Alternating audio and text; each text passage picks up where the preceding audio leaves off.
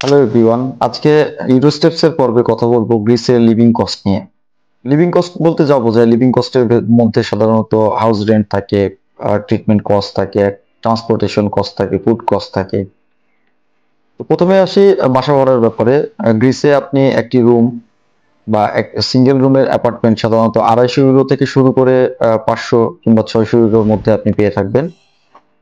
সাধারণত 400 ইউরোর উপরে যে অ্যাপার্টমেন্ট গুলো আছে সেগুলো ফুললি ফার্নিশ থাকে। প্রত্যেকটা জিনিসপত্র, হাউসহোল্ড প্রত্যেকটা জিনিসপত্রের মধ্যে ইনক্লুডেড থাকে। TV, fridge, refrigerator, oven, toaster, plate, মানে একটা হাউসহোল্ড যা যা লাগে সবকিছু এর ভিতরে ইনক্লুড থাকে, ইউটিলিটি বিল সহকারে। এরপরে আসতেছে আপনার ট্রান্সপোর্টেশন।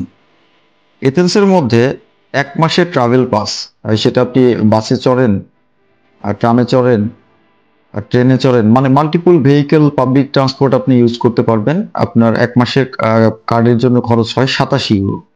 এরপরে আসি ফুডের ব্যাপারে।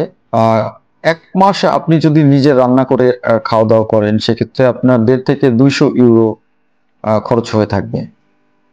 আর ট্রিটমেন্টের ব্যাপারে, ট্রিটমেন্ট এখানে অনেক কস্টলি, কিন্তু প্রত্যেকটা ইন্টারন্যাশনাল স্টুডেন্টের যেহেতু মেডিকেল ইন্স্যুরেন্স থাকে, সেহেতু আপনি ফ্রি অফ কস্ট এখানে চিকিৎসা করাতে পারবেন। কিন্তু নর্মালি যদি আপনি ডাক্তার ভিজিট করেন, ডাক্তার মানে যে অ্যাপয়েন্টমেন্ট নেন, তাহলে ডাক্তার প্রতি ভিজিটে আপনার থেকে 100 ইউরো চার্জ করে থাকে। এই সমস্ত বিভিন্ন ছোট ছোট বিষয়ে যদি আপনার কিছু জানার থাকে, আপনি কমেন্টসে লিখতে পারেন। পাশাপাশি আমার পেজটি আপনি ফলো দিয়ে রাখতে পারেন এবং ইউটিউব চ্যানেলে ফলো দিয়ে রাখতে পারেন। আমি আপনাদের রেগুলার আপডেট করব। So thank you so much for today. See you in the next time.